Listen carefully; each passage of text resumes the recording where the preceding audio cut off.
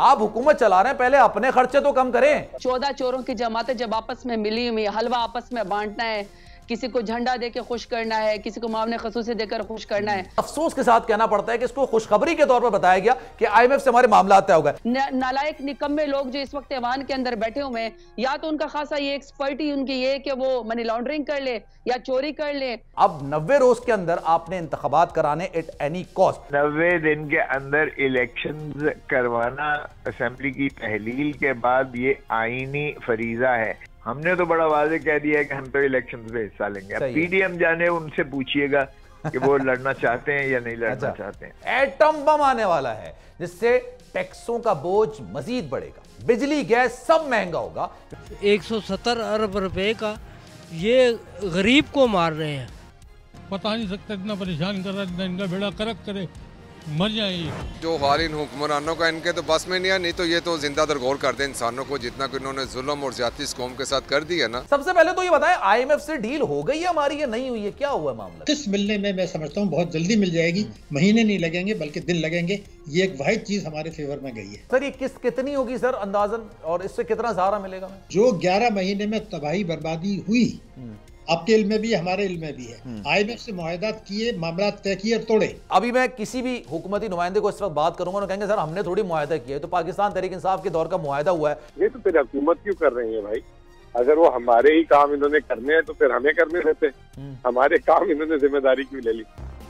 Subscribe करें और bell दबाएं ताकि कोई खबर रह न जाए।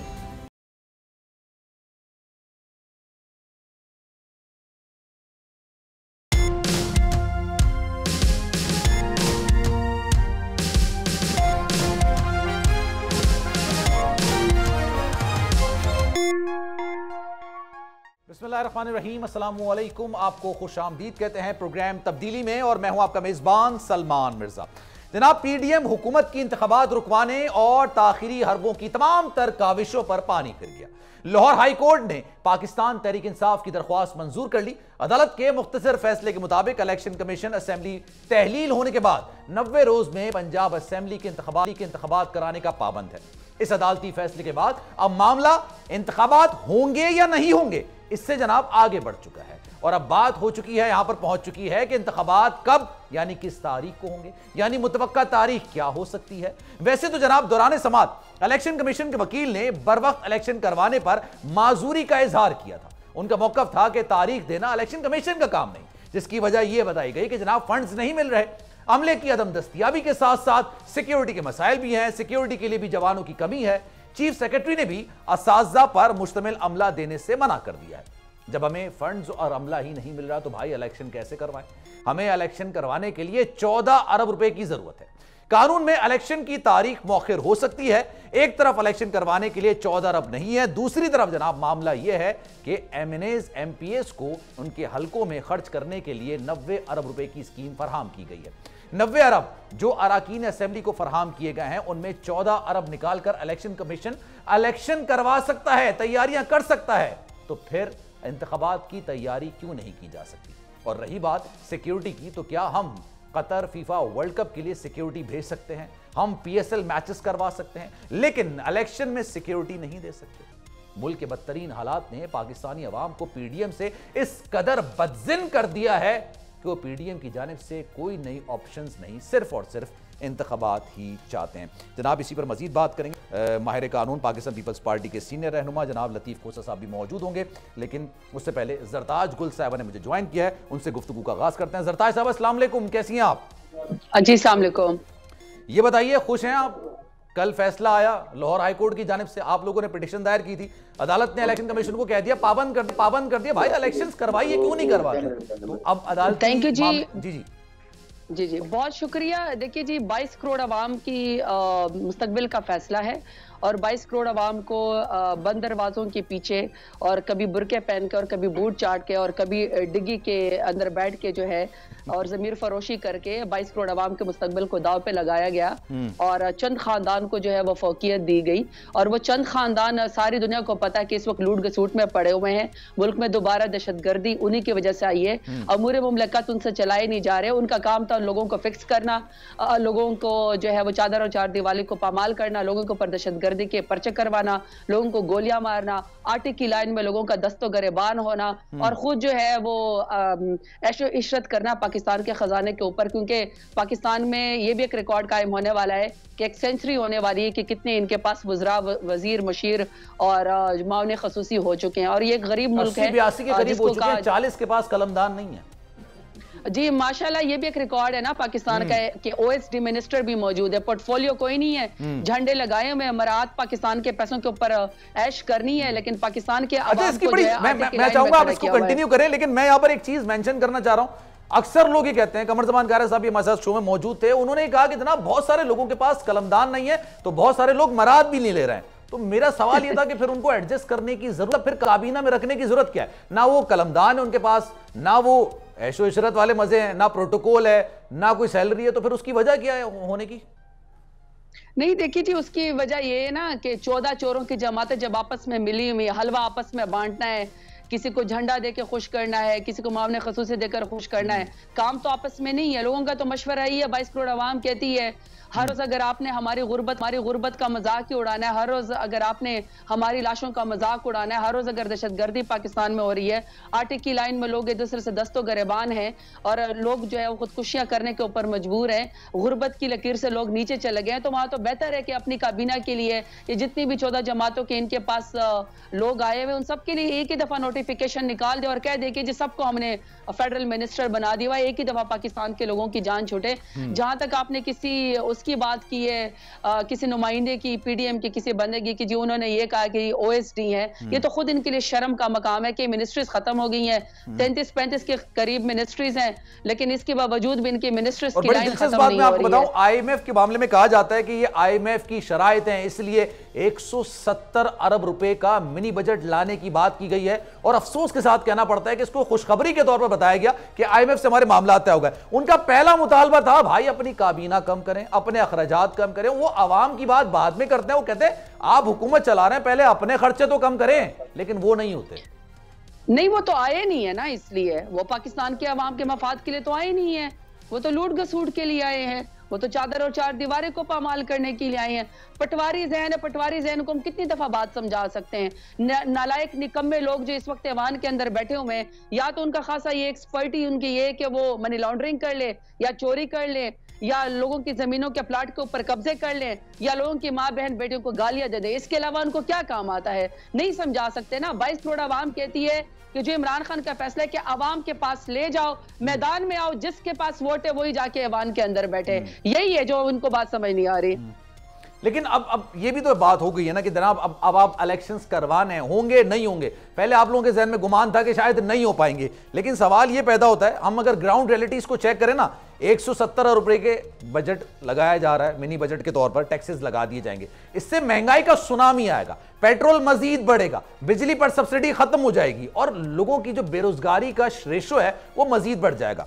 डू यू रियली थिंक अगर आप इस वक्त हुकूमत में होते और आपने इलेक्शंस करवाने होते पंजाब और केपी में, तो आप ये कदम उठाते? मैं कतई नजर तमाम सियासी जमातें, मैं आपसे पूछ रहा हूं कि एक सेंस क्या कहती है, प्रिवेल करती है ना, सेंस क्या कहती है कि हम इतना बोझ डालें तो आवाम के पास किस मुंह से जाएंगे भाई? देखिए ना, वो किस मुंह से जाएंगे ना, 14 जमातें किस मुंह से जाएंगी आवाम के पास, क्या कहेंगी? इनके पास तो कोई सियासी हल नहीं है, कोई आईनी हल नहीं है, ये पाकिस्तान को तो नहीं लेकर जा सकते। एक वायद हल है कि जनरल इलेक्शन किया जाए ताकि 5 साल आवाम को जो है कोई सुख का चैन मिले। देखिए हमारी जब हुकूमत थी तो हमारी हुकूमत में तो 10 बिलियन सुनामी भी चल रहा था, एहसास प्रोग्राम के 14,000 भी मिल रहे थे, 10 बड़े डैम भी बन रहे थे, इंसाफ सेहत कार्ड भी दिया जिसमें 10 लाख की हेल्थ इंश्योरेंस भी थी पाकिस्तान के अवाम को, यूथ प्रोग्राम भी चल रहा था, किसान प्रोग्राम भी चल रहा था, सारी चीजें चल रही थी। तो मुझे ये बताया ना, जावेद चौधरी साहब अपने आर्टिकल में लिख रहे हैं कि जो मुलाकात हुई है उसमें खान साहब की हुकूमत जाने के बाद, उनके बाद हमने शवाहिद रखे कि आपकी हुकूमत चलती रहती तो पाकिस्तान डिफॉल्ट कर जाता। इसको जस्टिफाई करें ना जरा। नहीं, इसको तो कैसे जस्टिफाई कर सकते हैं कि एक अक्ले कुल अपने आप को कोई समझता है और उसने एक फैसला कर लिया है कि मैंने पाकिस्तान के अवाम के मफाद के अंदर फैसला किया। अवाम से पूछा है, अवाम तो कहते हैं हम इमरान खान के साथ हैं, अवाम तो कहती है जनरल इलेक्शन अलाओ। जब बाई इलेक्शन होता है, जब पाकिस्तान में कोई इलेक्शन होता है, ज़िमनी इलेक्शन होता है, तो पाकिस्तान तहरीक इंसाफ जीत जाती है। वहां पे तो ये चोरों की जमातें नहीं जीतती है, और आपको वो लोग पसंद है जो आपके टाइम की किल्लत है ना, मैं चाह रहा हूं आपसे ज्यादा से ज्यादा सवाल करूं। जो बुर्का पहन कर आते थे आपको वो पसंद थे, जो 40-40 करोड़ का जमीर फरोशी करके आए हुए थे। ये तो पाकिस्तान के अवाम ने आपको मैंडेट नहीं दिया था। आगे बढ़ते हैं ना, मैं ये कह रहा हूं चाहिए आगे मजीद सवाल मैं आपसे करना चाहूं। 43 अराकीन कौमी असेंबली जिनके इस्तीफे आप लोगों ने दिए, लेकिन आपने कहा भाई इनको मंजूर नहीं करें, हम कौमी असेंबली में आना चाहते हैं। आप स्पीकर ऑफिस भी गए, आप इलेक्शन कमीशन के ऑफिस भी गए, आपकी सुनवाई कहीं नहीं हुई और अगले ही दिन इनको एक्सेप्ट भी कर लिया गया और फुर्ती दिखाते हुए इनको डी नोटिफाई भी कर दिया गया। ये मामला अदालत में गया, अदालत ने डी नोटिफिकेशन के हवाले से तो कह दिया कि जनाब ये गलत हुआ है, लेकिन स्पीकर के फैसले को कहा है कि जनाब उन्होंने अगर एक्सेप्ट किया है तो वो सही किया है। आप लोगों का अगर इस वक्त में देखूं तो ये 43 अरकान इस्तीफे मंजूर हो चुके हैं ना इनके, ये असेंबली में तो नहीं जाएंगे? नहीं, देखिए हमारा तो असेंबली में जाने का सवाल ही नहीं पैदा होता।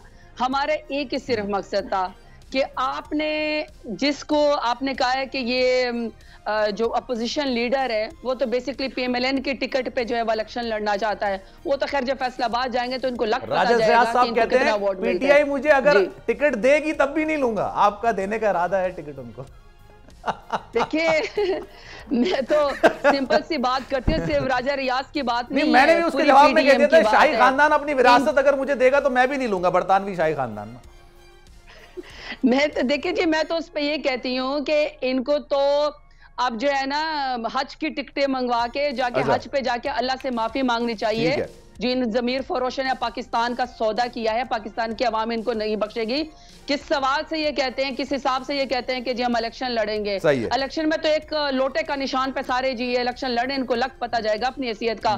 बाकी किसी की कबाड़ी की दुकान थी जाए, गटर के ढक्कन बेचे वो गवाल मंडी वाले जो मुझे आगे बढ़ना है, ये प्रिसाइजली बताते हैं जो भी मुनहरिफ अरकान थे पाकिस्तान तहरीक इंसाफ के, उनको कभी दोबारा टिकट नहीं मिलेगा ना जिंदगी में, रहती जिंदगी में कभी नहीं मिलना पीटीआई का टिकट। बस प्रिसाइजली हाँ या नहीं? किसको? मुनहरिफ अरकान जो थे पाकिस्तान तहरीक इंसाफ के, बिल्कुल भी नहीं मिलना चाहिए। ये तो पाकिस्तान के अंदर तमाम पार्टियों को एक असूल रख लेना चाहिए कि जो अवाम के वोट को बेचे, जो अवाम की ताकत को बेचे, अपने हल्के से दगा करे, अपनी पार्टी से दगा करे, उसको कभी सियासत में हिस्सा नहीं लेना चाहिए, कभी इज्जत ही नहीं करनी तौर पर जो आपके हरी वो भी आप ये बात कर रहे हैं सियासी दुश्मन के जनाब नहीं होना चाहिए। कैप्टन सफदर साहब ने भी बयान दिया था, लेकिन खैर thank you so much. Jartar गुज साहब हमारे साथ मौजूद थी सारी सूरत हाल पर। कोजा साहब ने इस वक्त मुझे ज्वाइन किया है, माहिर कानून है, पाकिस्तान पीपल्स पार्टी के सीनियर रहनुमा। दो बड़े फैसले आए हैं। एक फैसला अगर हम ये कहें कि पाकिस्तान तहरीक इंसाफ के हक में आया, दूसरा फैसला हम ये कह सकते हैं कि जनाब उन्होंने डी नोटिफिकेशन के वाले से तो कह दिया, लेकिन वो असेंबली जाएंगे नहीं जाएंगे, इन दोनों चीजों पर बात करेंगे और सियासी सूरत हाल मजीद क्या हो सकती है। अब इलेक्शंस हो रहे नहीं हो रहे हैं, और क्या लगता है कि इलेक्शंस एक ही दिन होने चाहिए, कौमी असेंबली सूबाई असेंबली के या सूबाई असेंबली के हो जाए, और जो कौमी असेंबली के हैं वो अपने टाइम पर हो जाए। लतीफ कोचा साहब, सर अस्सलाम वालेकुम, कैसे हैं आप? ये बताइएगा सर, दो फैसले निकलकर सामने आए हैं और ये कहा जा रहा है कि पाकिस्तान तहरीक इंसाफ की पिटीशन पर लाहौर हाई कोर्ट ने फैसला दिया, एक बड़ी फतह इसको कहा जा रहा है कि जनाब अब 90 रोज के अंदर आपने इंतखाबात कराने एट एनी कॉस्ट। लेकिन दूसरी बात, जो 43 अरकान को कौमी असेंबली का डी नोटिफाई वाला मामला था, उस डी नोटिफाई पर तो अदालत ने फैसला दे दिया, लेकिन स्पीकर ने उसको एक्सेप्ट किया है, उस पर कोई ऐसी बात नहीं। मैं चाहूंगा सर दोनों की जरा आप तशरीह कर दें।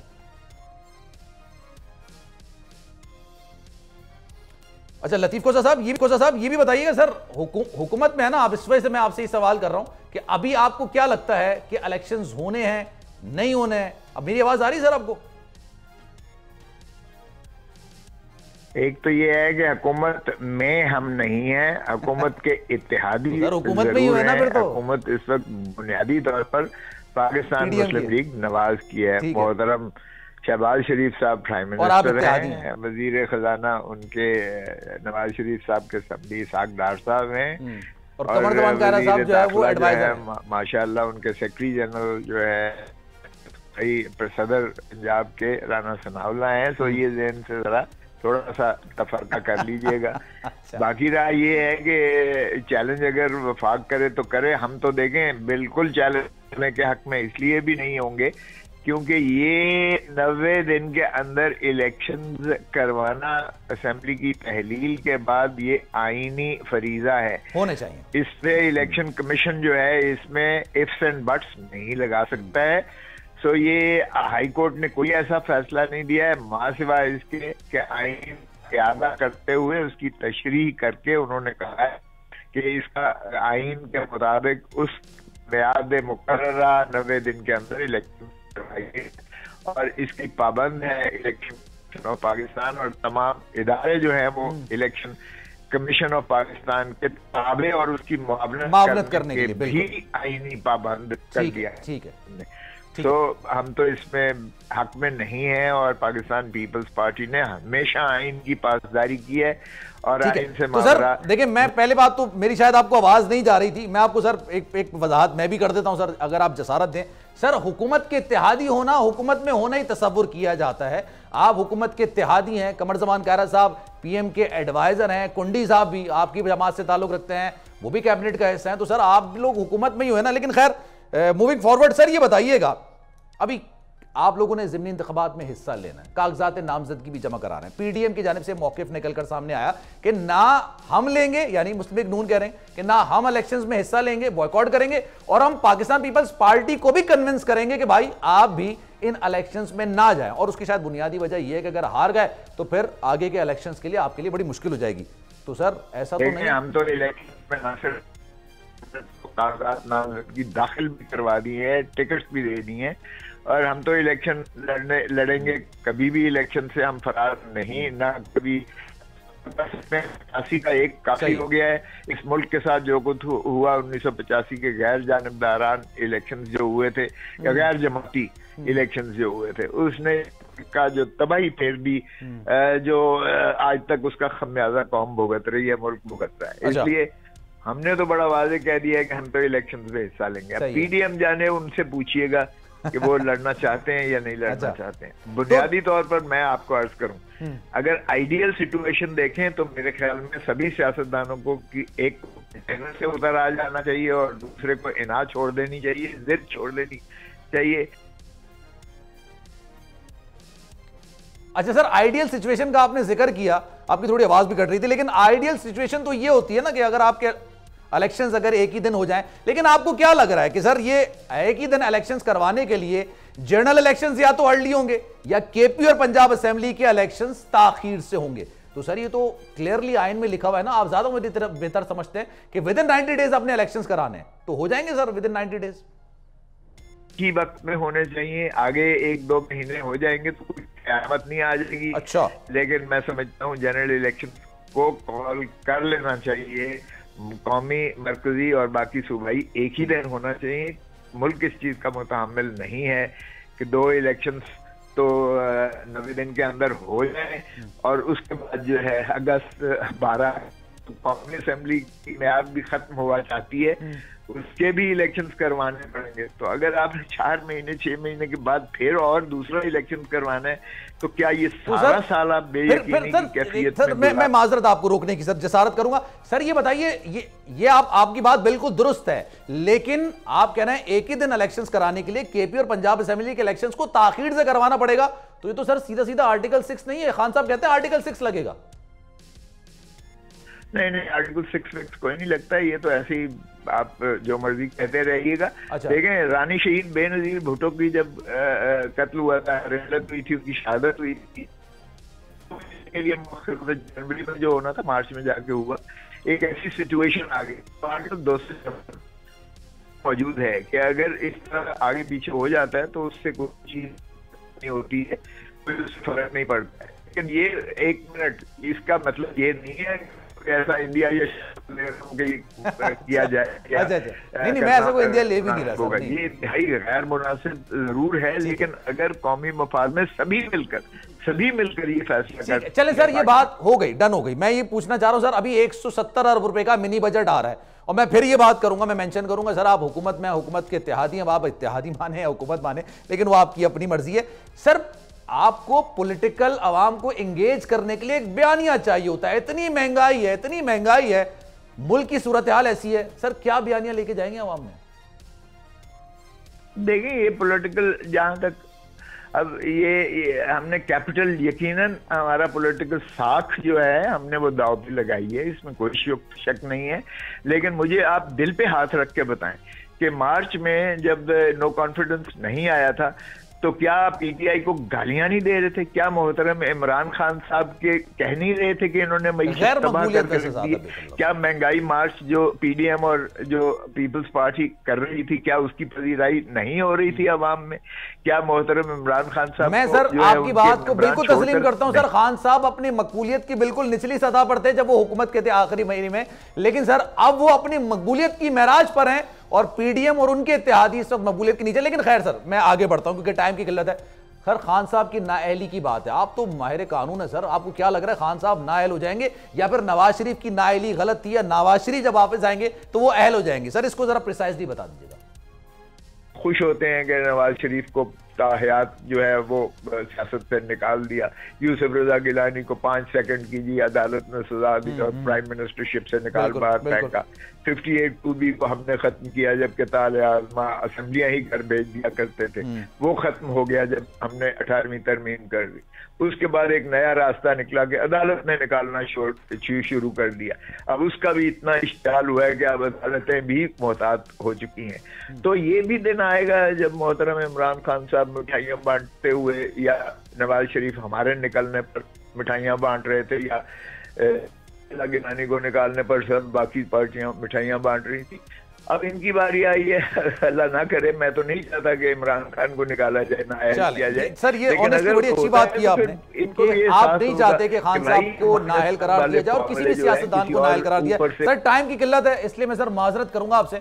सरदार लतीफ कोसा साहब इस वक्त हमारे साथ मौजूद थे। Sir thank you so much for your time, इसलिए मुझे माजरत करना, मैं काफी मजीद उनसे बात करता है। एक ब्रेक लेते हैं जनाब, ब्रेक के बाद वापस आएंगे। सूरत हाल मईशत के वाले से बड़ी खतरनाक होती जा रही है। वजीर खजाना साहब ने, इसहाक डार साहब ने ये बात बोल दी है, 170 अरब रुपए के मिनी बजट के टैक्सेस लगाए जाएंगे और उससे सूरत हाल मजीद खराब होगी आवाम की और हो सकता है कि हुकूमत की सूरत हाल मजीद बेहतर हो सकती है। जनाब माहिर माशियात एक ब्रेक के बाद हमारे साथ मौजूद होंगे। एक ब्रेक लेते हैं, ब्रेक के बाद वापस आएंगे।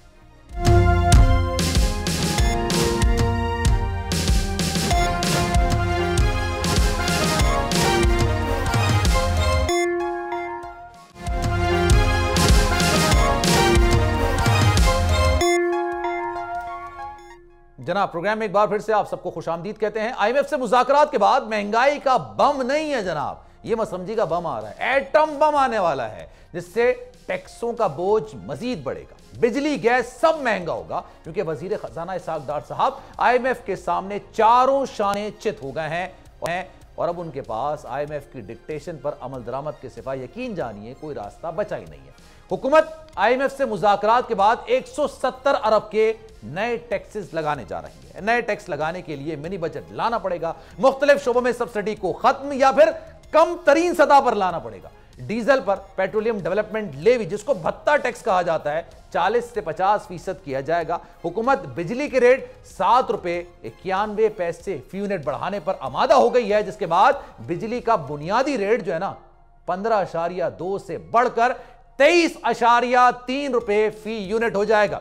सरकार की नाकाम पॉलिसी से मुल्क की मईशत पहले ही सी तबाही के दहाने पर है। अवाम इस बारे में क्या सोचते हैं? आवाज़े खल्क हमारा एक सेगमेंट है और चीजों के बाद, इतने टैक्सेस के बाद क्या मईशत बेहतर होगी? अवाम की सूरत हाल मजीद खराब होगी? अवाम का क्या कहना है, उन्हीं की जबानें सुनते हैं। कोई सुनने वाला नहीं है भाई हमारे मुल्क में। गरीब आदमी तो बहुत परेशान कर दिया, यकीन करो, बता नहीं सकते इतना परेशान कर रहा है, इनका बेड़ा करक करे, मर जाए। महंगाई इतनी हो गई है, कुछ भी लेने जाओ जेब में 500 है तो 800 रुपए का सामान आता है। 300 रुपए कहाँ से लाएंगे? क्या चोरी करें? या फिर ऐसा करो हम सबको एक साथ मार ही दो, तो यही इसका हल है। या फिर महंगाई कम करो, हम सब पे रेम करो, हम सबकी दुआएं लो, और क्या कर सकते। हुकूमत इतने ज़्यादा टैक्सेस लगा रही है कि आवाम तो क्या कोई भी बर्दाश्त नहीं कर सकता। हुकूमत को चाहिए कि थोड़ा आवाम पर रहम करें। भी 170 अरब के जो टैक्स लगाए जाएंगे तो इससे मजीद बोझ होगा। बिजली के बिलों में टैक्स आ जाएगा, पानी के बिलों में आ जाएगा, गैस के बिलों में आ जाएगा, तो गरीब आवाम तो पहले से पिस रही थी, मजीद अब पिस जाएगी। जो हाल इन हुक्मरानों का इनके तो बस में नहीं है, नहीं तो ये तो जिंदा दरगोर कर दे इंसानों को। जितना कि इन्होंने जुल्म और ज्यादती इस कौम के साथ कर दी है ना, ये पूरी दुनिया का मैं समझता हूँ कि ये इन्होंने रिकॉर्ड तोड़ दिया। ये जो कुछ इन्होंने कर रहे हैं, हालात जो जा रहे हैं वो तो मरने के अलावा गरीब आदमी तो समझ लें ये तो मार दिया और मर गया। हाँ जी, इनके कहने से ये जो कर रहे हैं 170 अरब रुपए का, ये गरीब को मार रहे हैं। तो जनाब आवाज़े खल्क आपने मुलाहिजा की शाहिद हसन सिद्दीकी साहब हमारे साथ मौजूद हैं। सर उनसे जरा मजीद बात करेंगे। शाहिद साहब अस्सलाम वालेकुम सर, कैसे हैं आप? जी वालेकुम अस्सलाम, अल्हम्दुलिल्लाह। सर 170 अरब रुपए के टैक्सेस लगाने जा रहे हैं, मिनी बजट की बाज़गश्त हो रही है। सबसे पहले तो ये बताएं, IMF से डील हो गई है हमारी या नहीं हुई है, क्या हुआ मामला? मैं समझता हूँ अमली तौर पर तमाम मामला तय पा चुके हैं और अब ये मुझे यकीनी नजर आ रहा है कि पीर को जो वहाँ वाशिंगटन में जो मीटिंग होगी उससे पाकिस्तान का फायदा ये होगा कि स्टाफ लेवल एग्रीमेंट जब होता है उसके बाद IMF की मंजूरी की बहुत ज़्यादा टाइम लगता है। अब चूंकि हमारी मईशत तबाह हो चुकी है, हमारे रिजर्व जो हैं वो 2.9 अरब डॉलर खतरनाक हद पर हैं, इसलिए ये मुनासिब समझा गया कि ये एक वर्चुअल मीटिंग अगर हो जाती है तो उसके बाद किस्त मिलने में मैं समझता हूँ बहुत जल्दी मिल जाएगी, महीने नहीं लगेंगे बल्कि दिन लगेंगे। ये एक वाहिद चीज़ हमारे फेवर में गई है। और सर ये किस्त कितनी होगी सर अंदाजन, और इससे कितना सहारा मिलेगा? देखिए हमें मिलेगा 1.17 अरब डॉलर, यानी तकरीबन 1.2 अरब डॉलर मिलेगा। लेकिन इसके साथ साथ ये होगा कि आपके दोस्त ममालिक हैं जिन्होंने IMF को तहरीरी तौर पर यकीन दहानी कराई थी कि अगर IMF से मामला तय हो जाते हैं तो वो पैसा भी मिलेगा। इसका मतलब मैं वाज़े तौर पर आपको बता दूं क्या होगा। इसका मतलब ये है कि जो मईशत में इस वक्त बहरान की कैफियत है वो बहरान की कैफियत आर्जी तौर पर ख़त्म हो जाएगी, मईशत की मुश्किलात बरकरार रहेंगी, पाकिस्तान में महंगाई बेतहाशा बढ़ेगी, गुर्बत बढ़ेगी, बेरोजगारी बढ़ेगी और उसके साथ साथ ये होगा कि सनतों की पैदावारी लागत बढ़ने से बरामदात पाकिस्तान की मुतासिर होंगी और जब इतनी महंगाई होगी तो इससे फॉरेन डायरेक्ट इन्वेस्टमेंट है वो भी मुतासिर होगा।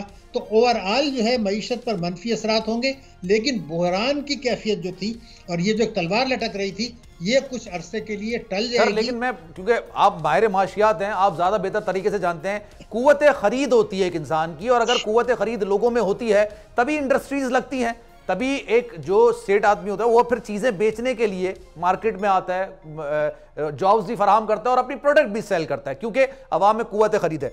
सर ये कुव्वत खरीद जब खत्म हो जाएगी तो फिर तो सर बिल्कुल ही भट्टा ही बैठ जाएगा ना फिर पूरा। मेरे ख्याल से हालात उससे ज़्यादा संगीन है। असल मसला ये है नहीं है इस वक्त। देखिए ऐसा है कि जो 11 महीने में तबाही बर्बादी हुई, आपके इल्म में भी है, हमारे इल्म में भी है, IMF से मुआहदात किए, मामला तय किए और तोड़े, इसमें रुपए में सट्टेबाजी होती रही, उसके बाद स्मगलिंग होती रही, हुंडी हवाले का कारोबार फरोग पाता रहा, रिजर्व गिरते रहे, रुपए की कदर गिरती रही, महंगाई गिरती रही, बरामदात गिरी, हमारी फॉरेन डायरेक्ट इन्वेस्टमेंट गिरा, हमारी तरसीलात गिरी। अब इसके बाद मुल्क को खतरात था। तो इस वक्त मैं ये समझता हूँ कि बहुत सारे सवाल जरूर उठाएं, मगर ये मान लें कि इस तबाही बर्बादी के बाद हद ये आ गई थी कि अब हमारे पास ये चाराकार नहीं था कि सिवाय इसके कि IMF की शर्त माने या तबाह बर्बाद हो जाए। अच्छा तो सर मैं इसको और आपसे चाह रहा हूं कि डिटेल में आप बता दें। हम इस नहज पर पहुंच गए थे कि 15 दिन बाद हमें पेट्रोल खरीदने के पैसे नहीं थे, अजनास खरीदने, क्योंकि जाहिर सी बात है वीट भी बाहर से ही आती है, गंदम बाहर से आती है, तो उसको खरीदने के पैसे नहीं थे। यहाँ पर बहुत ज्यादा सूरत हाल खराब हो जाती है, ऐसा ही है साहब। आपके इल्म है कि दवाइयों की LC नहीं खुल रही, आपके बिल्कुल जो है वो वहां पर माल पड़ा हुआ है कई अरब डॉलर की LC की, ये तो चीज है।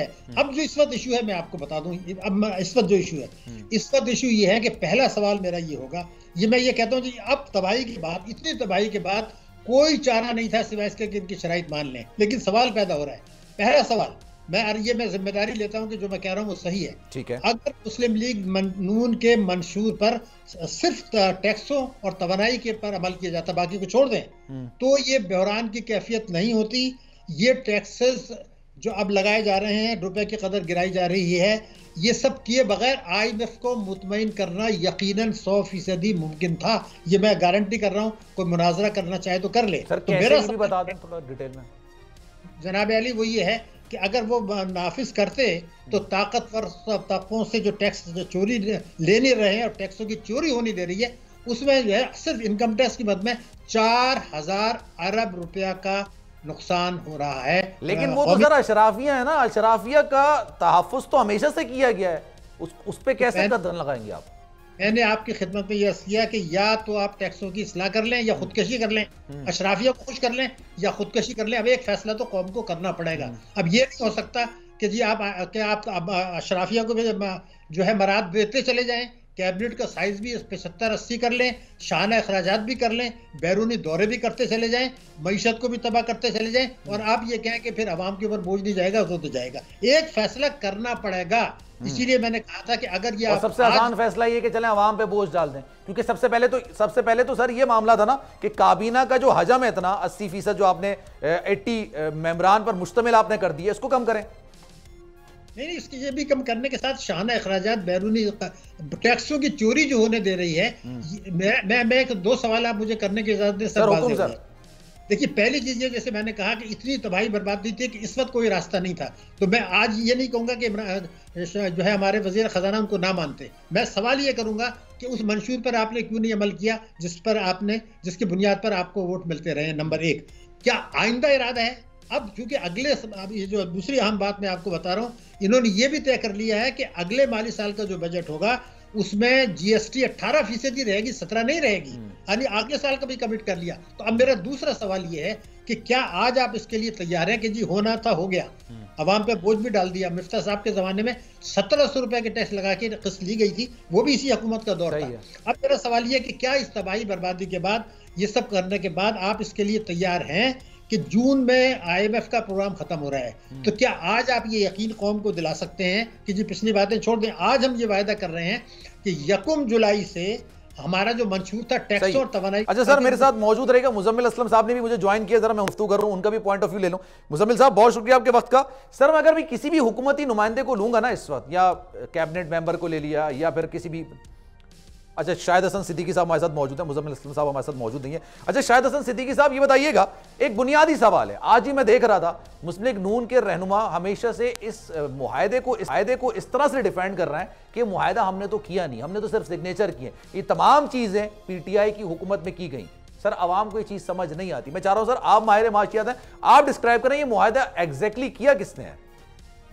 देखिए, मैं आपसे बता दूं कि ये माशी मामला है, इसमें सियासत नहीं होनी चाहिए। मुआहदा 2019 में जरूर किया था इमरान खान साहब ने, और 28 फरवरी को उन्होंने तोड़ा भी था, लेकिन उसके बाद मिफ्ता इस्माइल साहब ने 10 जून 2022 को जो बजट पेश किया था, वो IMF के साथ जो मामला ये खुद तय कर चुके थे, उसके इनहराफ कर रहा था। मेरे अल्फाज पे आप गौर कर लीजिए, मिफ्ता साहब ने और डाट साहब ने जो मामला तय किए थे, उससे IMF से खुद इनकी हुकूमत के दौर में उससे 3-4 मरतबा इनहराफ किया गया। मुझे उस पर एतराज है, वो तो बात हो गई ना, मान लिया हमने। आपने जो 3-4 मरतबा इनहराफ किया, खुद मामला तय किए, पिछले मुआहदे की बात नहीं कर रहा। आपने बजट जो बनाया उसके खिलाफ था 10 जून को, जो मिफ्ता साहब ने और काबीना ने IMF के साथ अप्रूव किया था। इसलिए मेरा एतराज ये है कि ये जिम्मेदारी अब ना डालें, जो वो होना था तो हो गया, उनकी जरूर गलती थी। आपने जो तय किया था उससे इनहराफ ना करते तो मैं आज आपको यकीन दिलाता हूं कि सब कुछ होने के बाद अगर इस हुकूमत डार साहब, ठीक है सर, मुजम्मिल साहब ने मुझे ज्वाइन किया, सर जरा मैं उनसे भी जवाब ले लेता हूं। बहुत शुक्रिया आपके वक्त का। सर, ये 170 अरब रुपए का मिनी बजट लाया जा रहा है। अच्छा, अभी मैं किसी भी हुकूमती नुमाइंदे को इस वक्त बात करूंगा, तो कहेंगे सर हमने थोड़ी मुआहदा किया है, तो पाकिस्तान तहरीक इंसाफ के दौर का मुआहदा हुआ है, उन्होंने उसकी खिलाफ वर्जी की, हम तो सिग्नेचर कर रहे हैं, हम उसका खमियाजा भुगत रहे हैं। क्या कहेंगे सर? ये तो फिर हुकूमत क्यों कर रही है भाई? अगर वो हमारे ही काम इन्होंने करने हैं तो फिर हमें करने देते, हमारे काम इन्होंने जिम्मेदारी क्यों ले ली? असल में इनमें से जो 99.9% यानी 99.9 जिसे कहते हैं, ये सारे के सारे इनको ना मईशत से लेना देना, ना इनको कुछ मईशत का पता है। और मुस्लिम लीग नून में भी जो है वो आप देख लें, उनके आपस में पार्टी नहीं खत्म हो रहा, वो जो है इत्तेफाकदार मिफ्ता इस्माइल शाहिद का काम। आप मिफ्ता इस्माइल साहब की इस बात पे तो इत्तेफाक कर लेंगे, वो कह रहे हैं कि अगर मुझे हटा के किसी को लाना ही था तो वाकई में किसी इकोनॉमिस्ट को लेकर आ जाते। नहीं, वो ये तो उन्होंने बड़े मौजबाना तरीके से, मतलब वो कह रहे थे किसी पढ़े लिखे समझदार आदमी को लेकर आ जाते, वो ये कहना चाहते। मैं चाह रहा था आप बोल दें। ठीक है ना। तो इसी तरह पीपल्स पार्टी के पास भी यहाँ पे जो है फुकदान है, कोई माशी वाशी टीम नहीं है। उस वक्त भी कभी हफीज शेख को बाहर से बुलाते थे, कभी शौकत शरीफ को बुलाते थे। जो पहला वजीर खजाना लगाया था, आपको पता है जब इनको हुकूमत मिली थी, तो इनके पास भी कोई नहीं है। इनको सिर्फ जो है ना वो सियासी नारेबाजी वाली बातें आती है। अब आज IMF पे आती है भाई, IMF का प्रोग्राम जो है, जो PTI ने किया था, वो सितंबर 2022 में खत्म हो जाए। अभी आप फरवरी 2023 में बैठे गए, उस प्रोग्राम को 9 महीने बढ़वाया इन्होंने, उनसे कह के हाथ पैर उनके जोड़े के जी खुदा के वास्ते प्रोग्राम को बढ़ाए, और सिर्फ आधे अरब डॉलर के खाते। और उसके बाद नई शराइत तमाम उनसे लिखवाई। फिर एक चीज होती है, हर साल एक बजट दिया जाता है। आखिरी बजट किसने दिया था? इमरान खान ने दिया था, शौकत शरीफ ने दिया था? नहीं, उस बजट की एहदाफ जो है वो IMF अभी जो आया हुआ था पाकिस्तान, उसको देखने आया हुआ था कि उसके हदफ आपने कितने हासिल किए। अब उस बजट में टैक्स का हदफ वो हुकूमत ने रखा, उसके अलावा जो नई शराइत थी वो हुकूमत ने रखी। अब वो हदफ पूरे नहीं हो रहे और मुल्क के ज़र मुबादला के ज़खायर रह गए $3 अरब। पड़ रही है गालियां दबा कर आवाम। सर 2.2 हो गए मेरे ख्याल से, रोजाना की बुनियाद पर कम हो रहा है ना। 2.9 है। नहीं, इतना ना परेशान करें। 2.9 है। आप ऐसे ना पैनिक फैला रहे हैं आप। नहीं, मैं पैनिक नहीं फैला रहा। शाहिद साहब ने मुझे कहा 2.2 है तो मैंने तो उसको कोड कर दिया। नहीं, 2.9 है। पैनिक ना फैलाएं भाई, पैनिक ना फैलाएं। ये तो अभी $1 कीमती है इस हुकूमत के लिए। अच्छा चले, $1 कीमती है। अभी $1.1 अरब मिलेगा में अगर मुआहदा हो जाता है तो अल्लाह करे मिल जाए। ठीक है, उसके लिए सब कुछ तो इन्होंने तो ये हो जाएंगे आपके $4 अरब। कागज में अंगूठे लगा, चले $4 अरब अंगूठे लगा के दे दिए इन्होंने। तो सर भाई $1.1 अरब दे दो, बाकी जो ऊपर लिखने लिख लो वो कर देंगे। ठीक है, वो वैसे भी इलेक्शन आ जाने उन्होंने कहाँ करना है सर, हम लोगों ने जैसे आम आवाम नहीं भरना होता है चीजों को। लेकिन सर ये बताइएगा, ये कितने अरसे फिर दोबारा से हम लोग डिफॉल्ट के खतरे की तरफ चले जाएंगे? नहीं भाई, बात सुने मेरी। $1.1 अरब अगर आपको मिलने हैं, आपके जो इस वक्त अदायगी हैं अगले 6 महीने में वो $8 अरब से ज्यादा की है। महीने का आधा से $1 अरब का खसारा है आपका, ठीक है ना। उसके अलावा जो स्टेट बैंक में पीपल्स पार्टी अभी वफाकी वजीर है नवीद कमर, उनकी ट्वीट थी कि मैंने 500 पाउंड का अपने बैंक अकाउंट से चेक काट के दिए, उसमें पैसे नहीं दे रहे मेरे वापस। तो लोगों के $5.5 अरब की अमानतें जो बैंक में पड़ी हुई है, उसका अभी तक ठिकाना नहीं पता लग रहा कि वो गए किधर है। रोशन डिजिटल के अलग पैसे आए हैं, उसका कुछ पता नहीं है। फिर उसके अलावा एयरलाइन के वाले परेशान बैठे हैं, उन्होंने पैसे बाहर भेजने हैं, शिपिंग कंपनी वालों ने बाहर भेजने हैं, जो मल्टीनेशनल है उन्होंने अपने मुनाफा बाहर भेजने, किसी को डॉलर मुहैया नहीं है। तो ये $1 अरब जो है ये किसका पेट भरेगी भाई? मेरा सवाल फिर उसके बाद IMF ने सवाल पूछा इनसे कि आप लोग इसके अलावा कहाँ से रकम ला रहे हो? वो कह रहे हैं 2 ममालिक से आ जाएंगी सर, 2 ममालिक से आ जाएंगे, सऊदी अरब से, चाइना से, UAE वो से। पता नहीं, वो तो मिफ्ता बोल रहे हैं, मिफ्ते के जमाने से आ रहे हैं। वो पता नहीं कहाँ आ रहे हैं, किस जगह आ रहे हैं, कौन से कोने पे आ रहे हैं, वो हमें पता है। इसके अलावा वो $10 अरब भी तो आ रहे थे, आपको याद नहीं? जी बिल्कुल, अभी रिसेंटली जो हुआ था ना, बिल्कुल हाँ। और उसमें वो कह रहे थे ग्रांट है, वो ग्रांट के तौर पे कर रहे थे। पाकिस्तान पूरी दुनिया में छा गया था इनकी सफारत। जी बिल्कुल। पता नहीं कहाँ गया सारा कुछ, पता नहीं सर, अगर मिल जाए तो बता दीजिएगा क्योंकि टाइम कम हो गया, मेरे पास खत्म हो रहा है। Thank you so much sir. मैं कैसे बताऊंगा सर, आप माहिर माशियात हैं सर। अच्छा चले, thank you so much. Muzammil Aslam साहब हमारे साथ मौजूद थे, शाहिद हसन सिद्दीकी साहब भी मौजूद थे। आप दोनों, सलमान मिर्जा को दीजिए इजाजत। जिंदगी रही, सेहत रही और आपकी दुआएं रही तो इंशाल्लाह कल 11 बजे आपसे फिर मुलाकात होगी। ख्याल रखिएगा अपना, अल्लाह हाफ़िज़।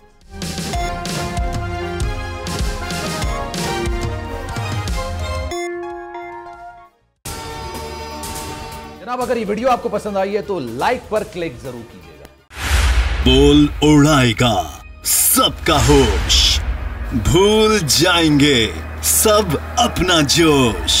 देखिए पाकिस्तान की सबसे बड़ी PSL ट्रांसमिशन सकलैन मुश्ताक, रमीज राजा, सुहेब अलवी, जमील फारूकी और फहीम खान के साथ खेल का जुनून रोजाना रात 11 बजे सिर्फ बोल न्यूज पर।